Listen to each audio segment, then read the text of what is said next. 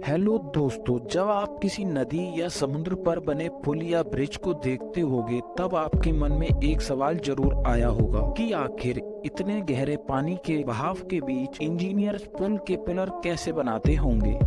कैसे पानी के बीच में सीमेंट इन पिलर पर सेट होता होगा, क्योंकि पुल और उस पर चलने वाले कई सारे वाहनों का वजन इन्हीं पिलर्स पर आता है। इसलिए अगर आप जानना चाहते हैं बहते पानी के बीच में पुल और उसके पिलर कैसे बनते हैं तो वीडियो को पूरा जरूर देखें और चैनल को सब्सक्राइब जरूर कीजिए। दोस्तों, सबसे पहले ये जान लेते हैं नदी पर बनने वाले पुल कितने प्रकार के होते हैं। Beam bridge, suspension bridge, arch bridge और मूवेबल ब्रिज। दोस्तों, हम सब ये तो जानते हैं कि पानी पर बने पुल हम सबके जीवन का अहम हिस्सा हैं, क्योंकि अगर ये ब्रिज ना हो तो शायद कई गांव, कस्बे और शहर एक दूसरे से कटे रहते। इन पुलों की मदद से हम पानी के ऊपर से निकलकर अपना समय और ईंधन दोनों ही बचा लेते हैं। दोस्तों, दुनिया भर में कई मशहूर पुल हैं जो अपने आकार को लेकर बहुत ही प्रसिद्ध हैं। दोस्तों, आपको बता दें, समंदर में पुल बनाने के लिए पहले कुछ अहम बातों पर ध्यान दिया जाता है, जैसे पानी की गहराई, पानी के बहने की स्पीड, पानी के नीचे की मिट्टी क्वालिटी, ब्रिज बनाने पर पड़ने वाला भार, ब्रिज बनाने के बाद उस पर चलने वाली गाड़ियों का वजन। इन सभी मुद्दों पर ब्रिज बनाने से पहले गहराई से रिसर्च किया जाता है। इस रिसर्च के बाद ही पुल बनाने का काम शुरू होता है। इसके बाद पुल की नींव का प्रकार तय किया जाता है, जिसके हिसाब से नींव बनाई जाती है।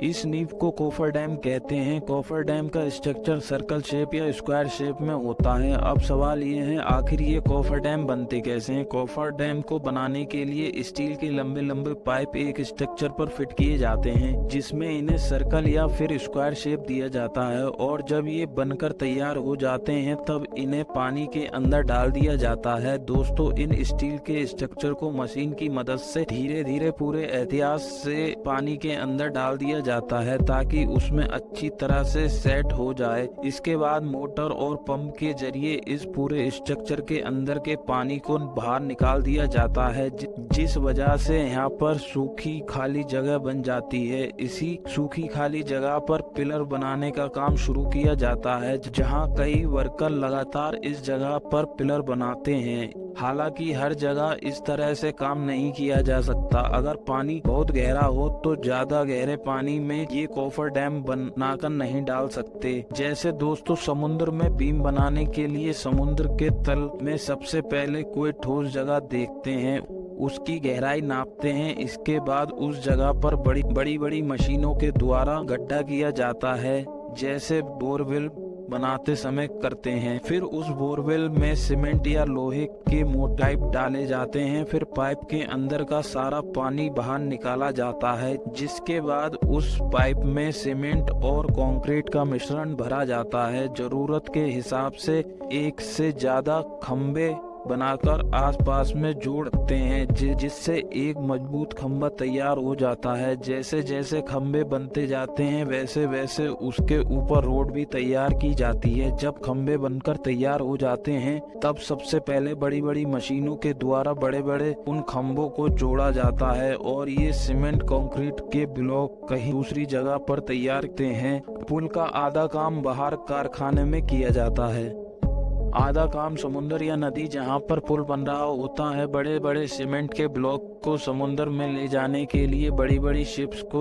काम में लिया जाता है। वहां पहुंचने के बाद क्रेन के द्वारा इन ब्लॉक को ऊपर उठाया जाता है। फिर स्टेप बाय स्टेप पुल का निर्माण किया जाता है। दोस्तों, जब यह पुल बनकर सेट हो जाता है, फिर इसके बाद सुनामी आए या तूफान, इस पुल को कुछ नहीं होता। दोस्तों, आपको बता दें, इस पूरी प्रक्रिया में काफी समय लगता है और यह काम थोड़ा खतरनाक भी होता है। लेकिन दोस्तों, जितने भी लोग इस तरह के काम में लगे होते हैं वे काफी प्रोफेशनल होते हैं। चाहे वह वर्कर हो या फिर इंजीनियर, सभी को काम का काफी अनुभव होता है, जिसके बाद उन्हें ऐसे जटिल प्रोजेक्ट काम करने के लिए भेजा जाता है। क्योंकि अगर यह पुल किसी नौसिखिए के द्वारा बनाए जाए तो उसका खामियाना कई लोगों को मौत से गुजरकर करना पड़ सकता है। अब हमारे अपने ही देश मुंबई शहर में स्थित बांद्रा वर्ली सीलिंग को ही ले लीजिए। इस 5.6 किलोमीटर लंबे स्टील के स्ट्रक्चर को इंजीनियरिंग का बेहतरीन नमूना कहा जाता है, लेकिन पानी के ऊपर इसे बनाना आसान नहीं था। ये एक बहुत ही लंबा और चुनौती भरा सफर था, जिसे 11 सालों की अधिक मेहनत और लगभग 1.25 लाख करोड़ के खर्च के बाद हमारे इंजीनियर ने पूरा कर दिखाया। तो दोस्तों, अब तक तो आप समझ ही चुके होंगे कि इस तरह से पुल बनते हैं और इतने पैसे क्यों खर्च होते हैं। ऐसे पुल बनाने में खर्च के साथ साथ काफी समय लग जाता है, लेकिन इसके बावजूद भी कई बार पुल फेल हो जाते हैं। तो दोस्तों, वीडियो की इंफॉर्मेशन कैसी लगी कमेंट करके हमें जरूर बताएं और वीडियो को लाइक करें, चैनल को सब्सक्राइब करें। थैंक यू दोस्तों।